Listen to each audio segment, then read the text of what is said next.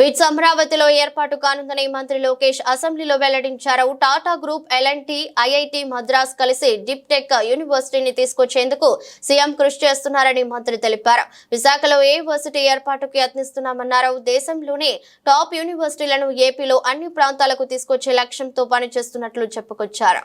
అధ్యక్ష 2016లో ఈ private universities చట్టం తీసుకొస్తాం జరిగింది. గత ప్రభుత్వం దీనికి 5 సవరణలు చేసింది అధ్యక్ష.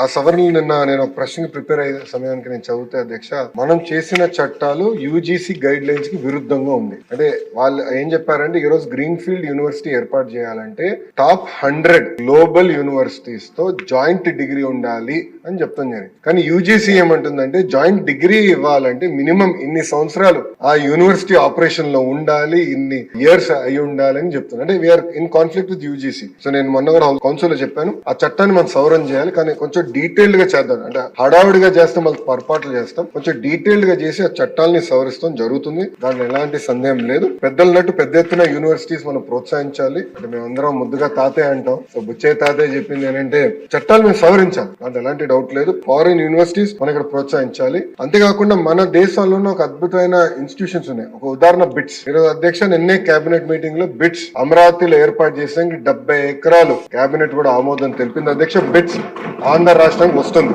అంతేకాకుండా అధ్యక్ష Tata group, L and T, IIT Madras, ప్రత్యేకంగా యూనివర్సిటీ ఆఫ్ టోక్యో తో కలిసి డీప్ టెక్ యూనివర్సిటీ అంటే నెక్స్ట్ జనరేషన్ ఏఐ ఎంఎల్ కాకుండా నెక్స్ట్ జనరేషన్ యూనివర్సిటీ ఏర్పాటు చేయాలి.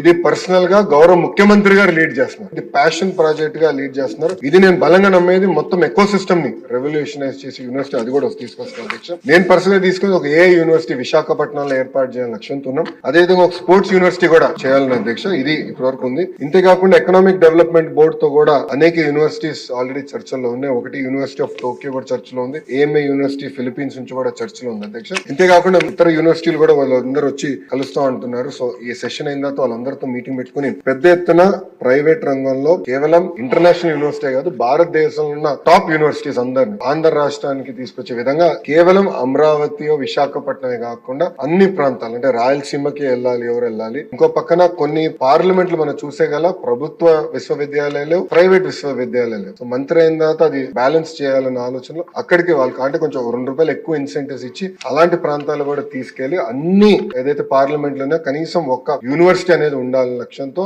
మన కూటమి ప్రభుత్వం పనిచేస్తుందని గౌరవ సభ్యులు తెలుపుకుంటూ